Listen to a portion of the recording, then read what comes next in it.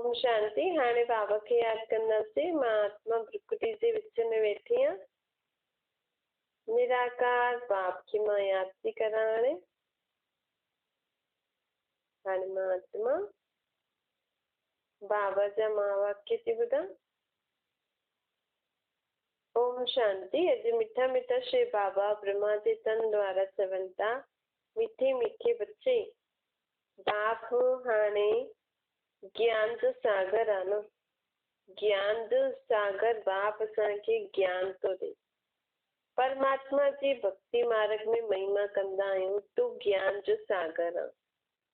हाणे परमात्मा में कहिड़ो ज्ञान आहे इहो त माण्हू ॼाणदा न आहे। हाणे उहो ज्ञान जो सागर असांखे आत्मा जो, स्वयं जो, पंहिंजो हिन सृष्टि चक्र जे आदि मध्य अंत जो ज्ञान थो ॿुधाए। ज्ञान सूर्य भगवान खे बाबा बि चईंदा आहियूं। भगवान बाप आहे त सभु ॿार थी विया न।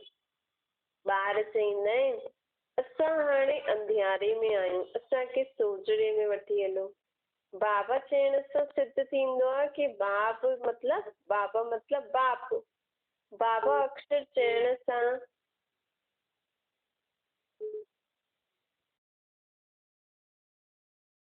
बाबा अक्षर चइण सां बाप सां लव, बाप सां सभिनि जो लव हूंदो आहे न। छो जे बाप खां वरसो मिलंदो आहे, मां खां वरसो न मिलंदो आहे, बाप खां वरसो मिलंदो आहे।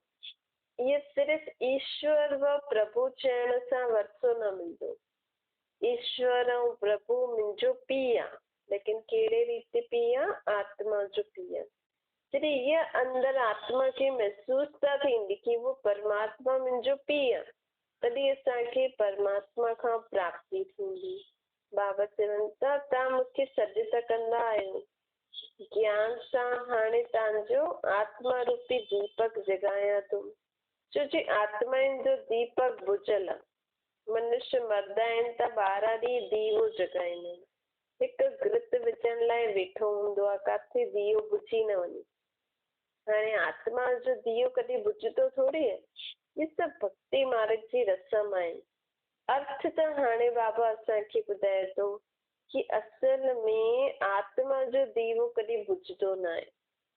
माण्हू चवंदा न 12 ॾींहं दिया वॼायो जगायो, काथे आत्मा भटके न। लेकिन आत्मा जी ज्योत त जगल आहे न, बस थोड़ी सी आहे त जगल त आहे। हाणे बाबा आत्मा जी ज्योत ज्यादा जगाइण आयो आहे। कीअं? हिन ज्ञान ऐं योग सां। हाणे हिन दुनिया में ॾींहं जी शुरूआत थियण वारी आहे। जीअं 12 घंटा ॾींहुं 12 घंटा राति थींदो आहे न, ईअं ई दुनिया जी बि राति ऐं सुबुह थींदी आहे। हाणे दुनिया जी राति थी हले, पोइ सुबुह शुरू थींदो आहे सतयुग सां। ब्रह्मा जे ॾींहुं ब्रह्मा जी राति ॻायल आहे न। ब्रह्मा जे ॾींहुं थिया सतयुग त्रेता, ब्रह्मा जी राति थिया द्वापर कलयुग। छो जे हिकु ब्रह्मा जी आत्मा ही 84 जन्म पूरा वठंदी आहे। पूरा 5000 साल ताईं हिन सृष्टि ते ब्रह्मा जी आत्मा रहंदी आहे।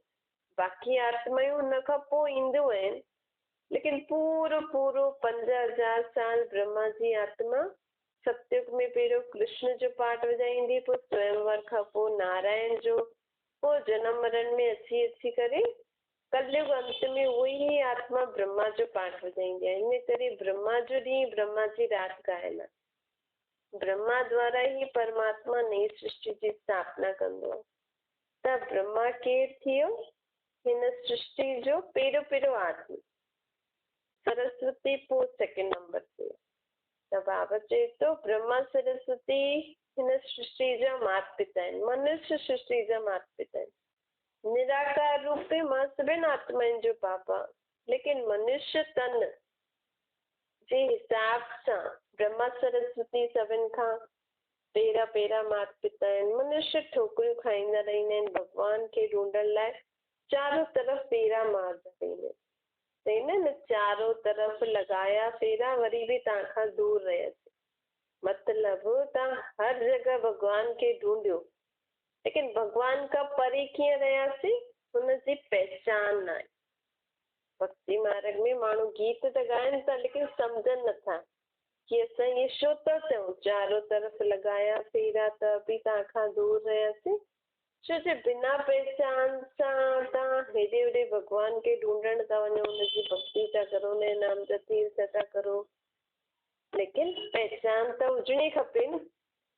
तव्हां केतिरो बि फेरा लॻायो लेकिन ॿियो ई हुनखे भॻवान भॻवान सम्झी करे हुन सां दूर थी वियासीं। असल में इहे भॻवान मुंहिंजी आत्मा जो पीउ आहे, लेकिन मां हुनखे पीउ न सम्झी करे भॻवान सम्झी करे भॻत ऐं भॻवान जो संबंध थी वियो। हीअं मां हुनखां मांगा थो, काथे मुंहिंजो अधिकार आहे। त पाण एॾा सारा बाबा चए थो, ॾिसो तव्हां ई त ॻायो था, मतिलबु एॾा सारा रीति रस्म त्योहार मनाईंदे असां भॻवान जे असली नाम रूप खां भुलिजिया आहियूं। हिन सां मुंहिंजो छा संबंध आहे, हिन सां भुलिजिया आहियूं। हाणे परमात्मा असांखे अची करे पंहिंजी पहचान थो ॾे। परमात्मा खे पाइण लाइ माण्हू भक्ति ॾाढी कंदा आहिनि, द्वापर खां भक्ति शुरू कंदा आहिनि। द्वापर खां रावण लता भिकारनि जो रोज़ राज्य शुरू थींदो आहे। दशहरे जे लाइ बि हिकु स्टोरी ठाहे छॾी अथनि, लेकिन स्टोरी त हमेशह मनोमय हूंदी आहे न, मन जी ठाहियल हूंदी आहे।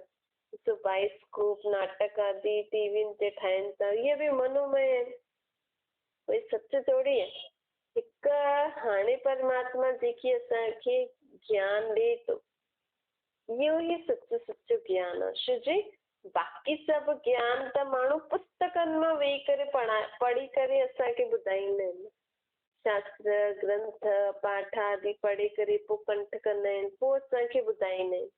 लेकिन इहे जॾहिं परमात्मा ब्रह्मा जे तन में ईंदो आहे न, त उहो कॾहिं बि कोई शास्त्र न खणंदो आहे, कॾहिं बि कोई ग्रंथ शास्त्रनि वारी ॻाल्हि असांखे न ॿुधाईंदो आहे कि फलाणे शास्त्र में इहे लिखल आहे, फलाणे ग्रंथ में इहे लिखल आहे। न, परमात्मा में त ख़ुदि में ई ज्ञान अथसि, उहो त ख़ुदि ई ज्ञान जो सागर आहे। उहो त ईंदे ई ज्ञान ॾियणु शुरू करे छॾींदो। हुनखे कंहिंजी बि कुझु बि पढ़ण जी दरकार न आहे। उनजो न कोई पीउ आहे, न हुनजी कोई माउ आहे, न हुनजो कोई टीचर आहे, न हुनजो कोई गुरू आहे। उहो ख़ुदि ई सभिनि खां वॾो आहे। हाणे असां हिन परमात्मा द्वारा सची गीता जो ज्ञान ॿुधी करे राजीव जी शिक्षा वठी करे सत्युग में वञूं था। मनुष्य द्वापर खां गीता ॿुधाई अथनि, लेकिन द्वापर खां गीता पढ़ते पढ़ते असां कलयुग में अची विया आहियूं। लेकिन हाणे परमात्मा जेकी गीता ज्ञान थो ॾे, इन सां असां सत्युग में था वञूं। बाबा चईंदा आहिनि इहे गीता बि कंहिं लिखी आहे, लिखी अथई व्यास न, लेकिन व्यास खे केरु ॿुधाए? मां थोरी ॿुधाया व्यास खे। हिन बि पंहिंजे मन जी ॻाल्हियूं जीअं आहियो उहो लिखी छॾे। ऐं हाणे व्यास जहिड़ा केॾा निकिती आहिनि, सभु पंहिंजे पंहिंजे हथनि जी गीतायूं कढनि था। सची ॻाल्हि त हाणे बाप असांखे ॿुधाए थो। बाबा चए थो हमेशह मुख में भगवान भगवान न चओ, ईश्वर अल्लाह न चओ, बाबा चओ। बाबा सां तुरंत यादि थी वेंदो, बाबा मतिलबु पीउ, कंहिंजो पीउ? मुंहिंजी आत्मा जो पीउ। ऐं हिन सम्झ सां चओ, बाबा मुंहिंजी आत्मा जो पीउ। बाबा बाबा चइणो खपे, मुख सां सिर्फ़ु ईअं जपणो न आहे, न ही अंदरि कोई जाप जपणो आहे, न ही मुख सां आवाज़ सां चइणो, लेकिन स्मृति रहणी खपे। असां बाबा बि शब्द चऊं, लेकिन उहा स्मृति अचे, यादि अचे कि केरु आहे बाबा, हुनजो नाम रूप देश काल सभु कुझु यादि अचे। ॾिसो असां पंहिंजे देह जी संबंधियुनि जो नाम बि खणंदा आहियूं त सभु यादि अची वेंदो न, हुनजी शकल हीअ अथसि, उहो हीअं आहे, हुनजो नेचर, हुनजो कमु सभु यादि अची वेंदो, छा कंदो आहे फलानो। त ईअं ई बाबा चए थो हाणे कुझु बि तव्हांखे जाप न जपणो अथव। मुख सां बाबा चओ त अर्थ सहित चओ। बाबा मतिलबु मुंहिंजी आत्मा जो पीउ, नई दुनिया जे रचयिता, परम धाम में रहण वारो, हाणे असांखे स्वर्ग जो वरसो थो ॾे। 84 जन्म भोगे करे हाणे असां नर्क में अची करे पिया आहियूं। बाप हाणे असां आत्माउनि खे सत्युग जी दुनिया में वठी वञण लाइ शिक्षायूं थो ॾे। स्वर्ग खां कृष्णपुरी में वञण जे लाइ परमात्मा असांखे पढ़ाए कनि। इहा आहे कंसपुरी। हाणे असां कंसपुरी सां मन ऐं बुद्धि सां निकिरी आया आहियूं। हाणे असां कृष्णपुरी में था वञूं। बाप ही कृष्णपुरी जी स्थापना कराए थो न। राधे कृष्ण ही स्वयंवर खां पोइ लक्ष्मी नारायण ठहींदा आहिनि, पोइ उन्हनि जी अठ गति वेंदी आहिनि। बाप वटि इहो ज्ञान अथसि। परमात्मा खे ज्ञान जो सागर चईंदा आहियूं त हुनखे कहिड़ो ज्ञान अथसि? इहे सृष्टि जे आदि मध्य अंत जो ज्ञान अथसि। पावन कीअं ठहिबो इहो ज्ञान अथसि। विकारनि सां कीअं छुड़ो इहो ज्ञान अथसि। हाणे घड़ी घड़ी ईअं न चओ कि मां दुखी आहियां, मां परेशान आहियां, मुंहिंजो मन उदास आहे, अॼु मुंहिंजो मन नथो लॻे, फलानो हीअं थो करे, हुनजी हीअं आदत सुधरे ई नथो। कंहिंखे बि हीअं उल्टा सुल्टा सभु शब्द चई करे असां हुननि खे संबोधित न करूं।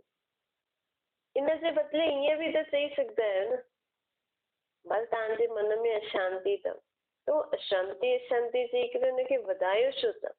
हीअं चओ मुंहिंजो मन शांति आहे, मां सुखी आहियां, मां संतुष्ट आहियां, मुंहिंजा वार सुठा आहिनि, मुंहिंजी गृहस्थी सुठी आहे, फलानो सुठो, हुनजी संस्कार ठीक थी वेंदुसि, ठीक थी वेंदुसि, ठीक थी वेंदुसि। ईअं ठीक करे हुन मनुष्य आत्मा जो उहो संस्कार, उहो स्वभाव ठीक थी ई वेंदो।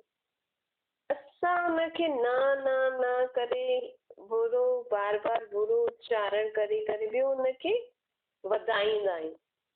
हाणे हुन रीति न चओ मां दुखी आहियां, ईअं न चओ। बसि तव्हांखे दुख आहे, लेकिन दुखी आहियां ईअं न चओ, मां सुखी आहियां। मूंखे सुठो नथो लॻे न, मूंखे त सुठो थो लॻे, जो आहे सभु ठीकु आहे। इन रीति पंहिंजे जीवन में हाणे सुख शांति असां ई लाए सघंदा आहियूं। छोजी चईंदा आहिनि कि ब्रह्मा द्वारा परमात्मा संकल्पन सां सृष्टि रची, पंहिंजी सोच सां। त असां ई पंहिंजे जीवन खे दुखी शांति पंहिंजी सोच सां ई था ठाहियूं। फलाणे जो संस्कार इहो सुठो न आहे, असां हुनखे चई माण्हुनि खे ॿुधाए ॿियो हुनजो संस्कार पक्को था करायूं। त इन रीति हाणे असांखे सम्झणो खपे कि असांखे ईअं न चइणो आहे। असांजे हिन चइण सां हुन आत्मा जो उहो संस्कार पक्को थो थींदो वञे। बाबा चए थो माण्हू मूंखे गॉड फादर त चईंदा आहिनि, भॻवान असांजो बाप आहे, असां ईश्वर जी औलाद आहियूं, इहे त चईंदा आहिनि, लेकिन कहिड़े रीति उहो मुंहिंजो बाप आहे, कहिड़े रीति मां हुनजी औलाद आहे, कहिड़े रीति हुन मूंखे जन्म ॾिनो अथई। चईंदा न असांखे त भॻवान ई पैदा कयो अथई, हिन सृष्टि में असांखे भॻवान ई मोकिलियो अथई, असां त भॻवान जा ॿार आहियूं। कहिड़े रीति? आखिर भॻवान मुंहिंजो पीउ आहे त कहिड़े रीति? आत्मा जो पीउ आहे, ऐं मूंखे आत्मा कोई मर्ज़ी न आहे। भॻवान असांखे पैदा कयो अथई, मतिलबु आत्मा जॾहिं ख़ुदि खे भुलिजी वेंदी आहे न, त उन समय परमात्मा अची करे हुनखे स्मृति ॾियाई करे जनम ॾींदो अथसि। हाणे बि असांखे बाबा छा थो करे, घड़ी घड़ी यादि थो ॾियारे न कि तव्हां केरु आहियो, तव्हांजो माता पिता केरु अथव, तव्हांजो असली घर कहिड़ो अथव, तव्हां कॾहिं खां हिते आया आहियो, हाणे हिन दुनिया में तव्हां दुखी छो थिया आहियो। इहो जेको असांखे बाबा स्मृति थो ॾियारे, सम्झाए थो, इन सां असांजो हिकु तरीक़े सां नयो जीवन थो थिए। हाणे असांजे पुराणे जीवन जा स्वभाव संस्कार ख़तम थी विया।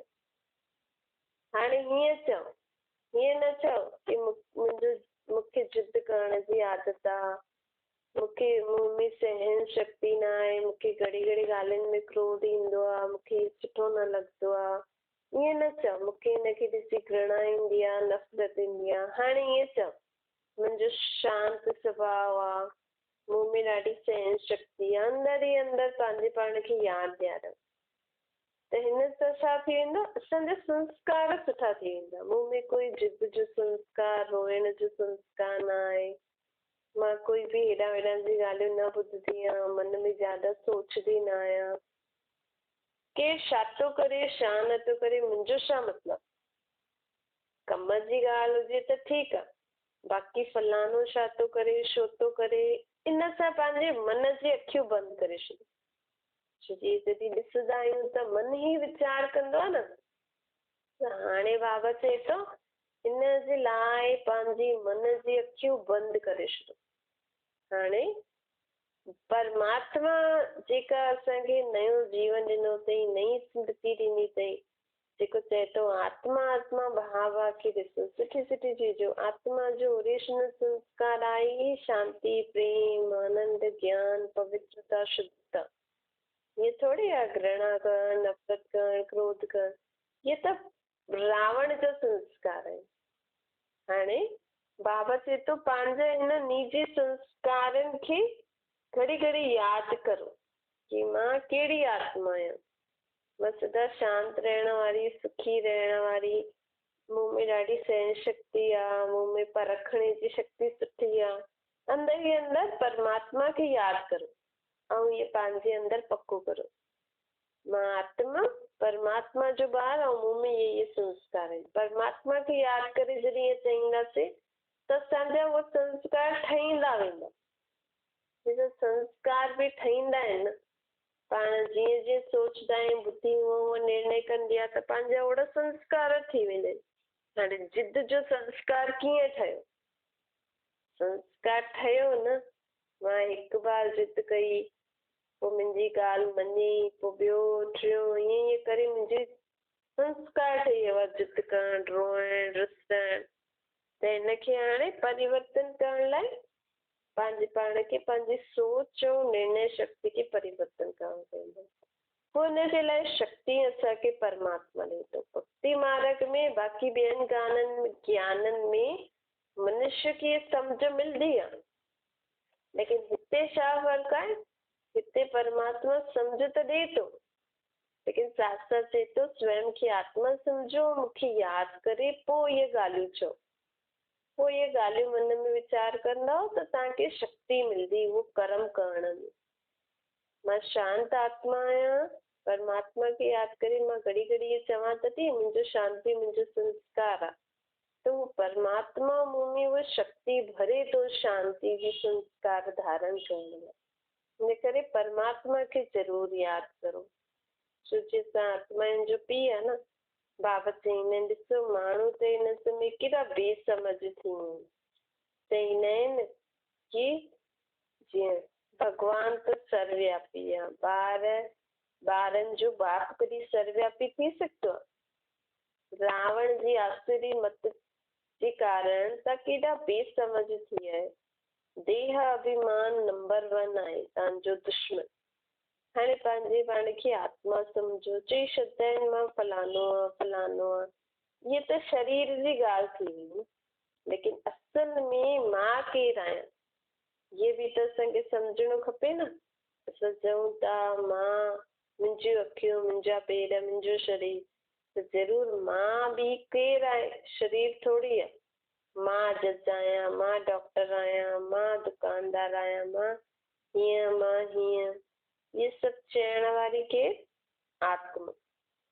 मां मुंहिंजो इहे 2 चीजूं हूंदियूं आहिनि, आत्मा अविनाशी, शरीर विनाशी। नाम शरीर ते पवंदो आहे, आत्मा ते न पवंदो। असां छा चईंदा आहिनि? फलाने जी आत्मा। नाम खणी चईंदा आहिनि न फलाने जी आत्मा शरीर छॾे छॾी, त नाम किथे पियो? न शरीर ते। आत्मा न मरी आहे, आत्मा जो हुन शरीर में हुई, हाणे उहो शरीर छॾे छॾियईं त हुन शरीर सां जो पाठ वॼाए थी, हुन शरीर जा जो बि संबंधी आदि हुया उन सां हुनजो हुन संबंध सां पाठ ख़तम थी। ज़रूरी न आहे उहो हाणे असां सां गॾु कॾहिं पाठ वॼाए ई न।